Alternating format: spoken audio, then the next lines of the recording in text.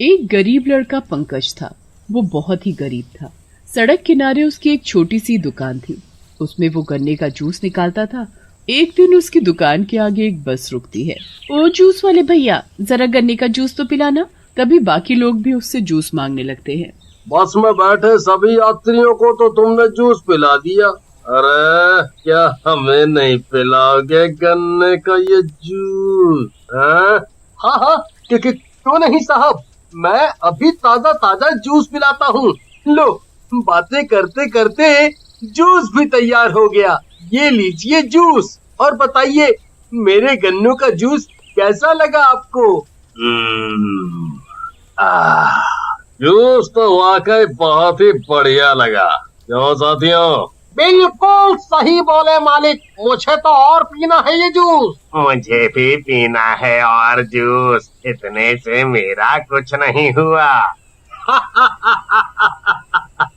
लड़के, हम सभी को तब तक जूस पिला जब तक हमारी प्यास नहीं बुझ जाती। हाँ? पंकज उन सभी को तब तक जूस पिलाता है जब तक उन सभी की प्यास नहीं बुझ जाती। जूस पीकर वो सभी बस में चढ़ने लगते हैं।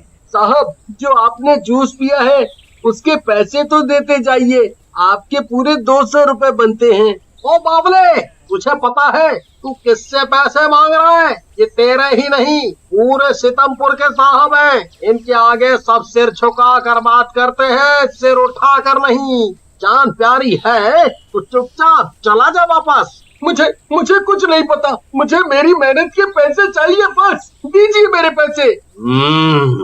अब तो इस छोरे को पैसे देने ही पड़ेंगे। इसके 200 रुपए बनते हैं ना, मारो इससे 200 बार लाठी। जग्गू और उसके साथी पंकज को लाठियों से तब तक मारते हैं जब तक कि 200 पूरी नहीं हो गई। पंकज दर्द से चिल्ला रहा था। बस में बैठे सभी यात्रियों से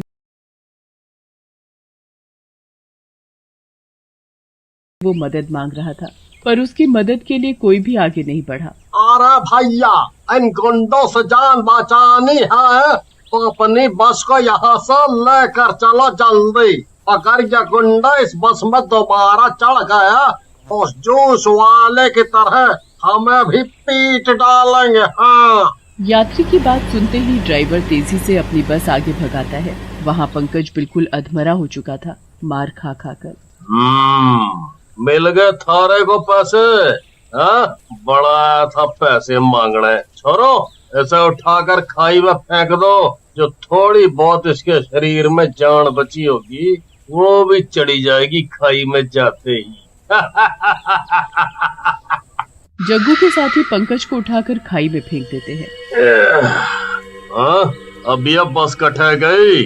मारे डर से शायद सारे भाग गए। छोरो, दूसरी बस रोको कोई। दूसरी बस आते ही जग्गू और उसके सभी साथी बस में बैठकर चले जाते हैं। थोड़ी ही देर में उसकी वहीं मृत्यु हो जाती है। वो मरते ही एक भूत बन जाता है। ये मेरे साथ अच्छा नहीं हुआ। जिन लोगों ने मुझे मारा और जो लोग ये सब तमाशा देख रहे थे, मैं उनमें से किसी को भी नहीं छोड़ूंगा, सबको मार दूंगा। जिस सड़क किनारे पंकज गन्ने का जूस निकालकर बेचा करता था, उस सड़क पर अब पंकज का भूत भटकता रहता है बदले की आग में। पंकज का भूत अपने मुंह पर गमछा लपेट लेता है ताकि उसे कोई पहचान न पाए कि वो भूत है। एक दिन वहाँ एक ट्रक रुकता है। ओए मुंडे, हम दोनों को जूस पिला, बहुत प्यास लगी है। तभी पंकज हाथ में जूस का गिलास लिया आ जाता है। साहब, जूस एक बार पियोगे तो दोबारा जरूर मांगोगे जूस। बलवीर और शेरा बड़े ही खुश होकर पंकज के हाथों से जूस का गिलास ले लेते हैं और पीने लगते हैं। तभी वो जूस खून में बदल जाता है। ये क्या बदतमीजी है लड़के, तूने जूस की जगह हमें ये क्या पिला दिया है?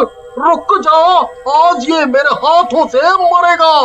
मरे हुए को और क्या मारोगे?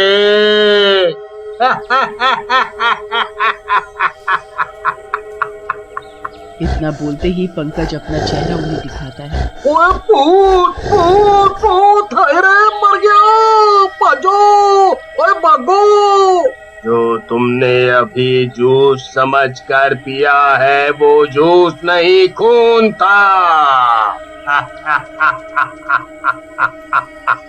वो जो देख रहे हो ना गन्ने की मशीन, इसी मशीन से मैं तुम जैसे लोगों का खून निकालता हूँ।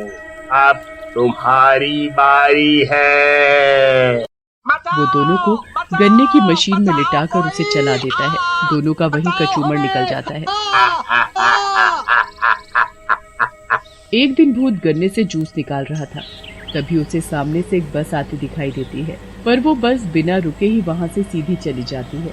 ऐसे ही गाड़ियाँ आती जा रही थी, पर वो बिना वहाँ रुके ही आगे चली जाती। आज ये क्या हो रहा है?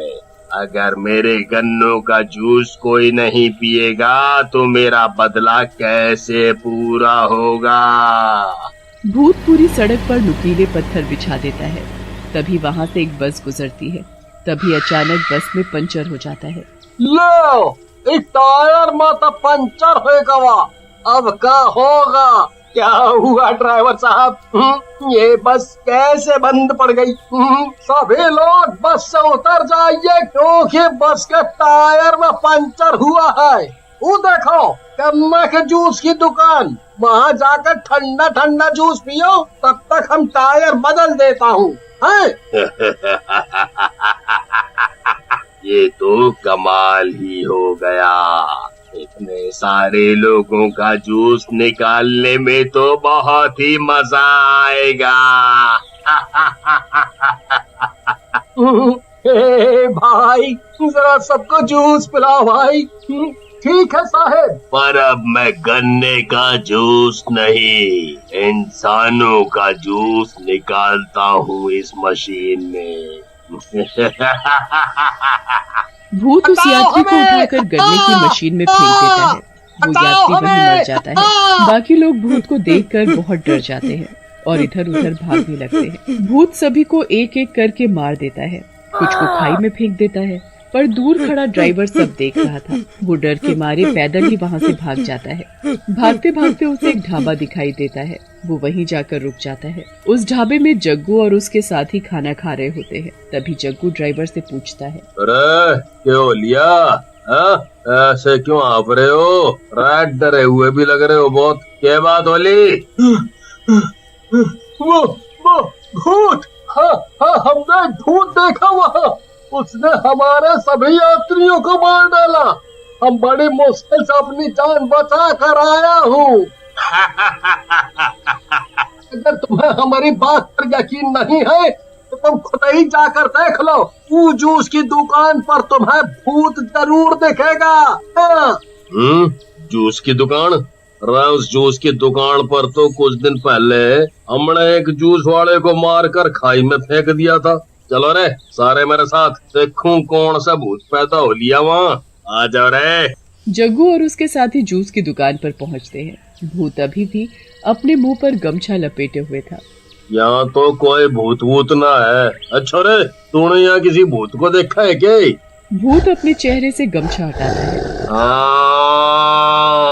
देखा है, क्योंकि मैं ही भूत हूँ।